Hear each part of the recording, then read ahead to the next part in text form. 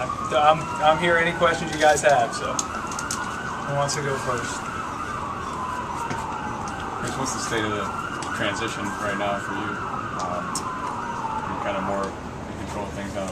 No, I think as the season's progressed, Mark's continued to involve me in the various aspects of baseball operations, and as he's continued to get more immersed in the business side, that's allowed me to transition more on the baseball side.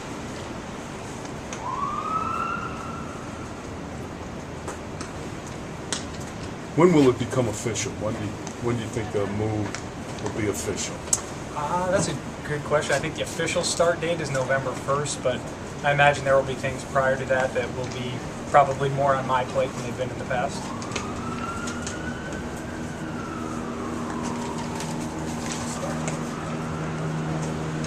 Is this exciting for you, or it's not, or is it going to be that much of a that big a difference? I'm excited by the opportunity, excited by the challenge.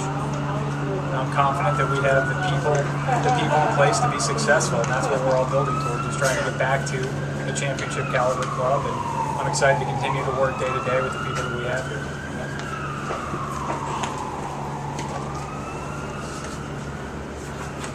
Chris, how has your season this year changed from previous past seasons, given what you're about to take over?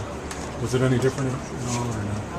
Not materially, Jim, honestly. There were maybe more from a day-to-day standpoint. Mark's always been great about giving me opportunities to grow and develop, and I think this year has been another step in that.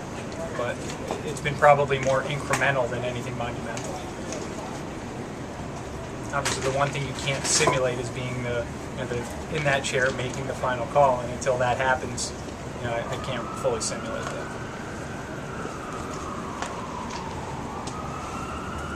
Chris, this year's been different for you. You've been much more involved in decision making, I assume, than before. Mark, however he wants to bring you into this, it's not going to be Chris, the assistant GM of last year, 2 years ago, and then all of a sudden you're the boss, right? You know what I mean?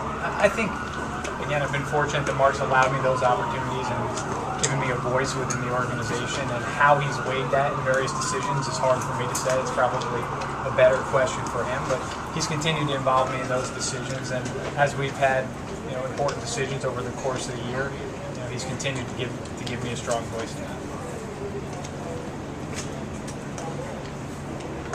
Chris, when you look at this, how do you get out of this? How do you get from where you are now to a viable contender? Well, it's not going to happen overnight. I think the first thing we need to do is do what we can to get guys back and healthy. I think we've had a number of injuries this year to a number of key players that has impacted our competitiveness. But hopefully thankfully none of those injuries will be long-lasting. We expect them all to be healthy for the start of next year, and I think that will give us a better nucleus to build from. And then we need to continue to supplement that. Given the attendance this year, will you have the finances, the resources to supplement that team? I think that's something we'll have to work through when we get to the off season. I think right now we're in the process of trying to assess what we have, which positions do we feel good about our internal alternatives, and which positions do we feel like we may need to supplement externally to the extent possible, whether that's through strategic free agency or trades or other alternatives.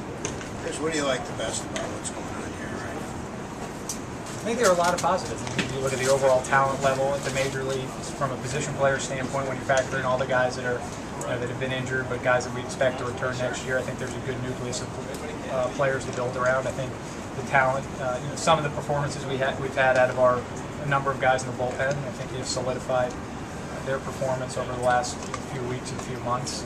And then I think we have a good depth of talent in the minor leagues at the upper levels and throughout. And hopefully that talent will continue to emerge next year and continue to supplement some of the guys that we have already on our roster. And there have been some notes on the starting rotation. I think Fausto Carmona bouncing back from the prior 2 years and pitching more closely to the 2007 form than 2008 and 2009, so that's certainly been positive. And there have been a number of other guys that have had opportunities in the rotation that at least give us optimism moving forward.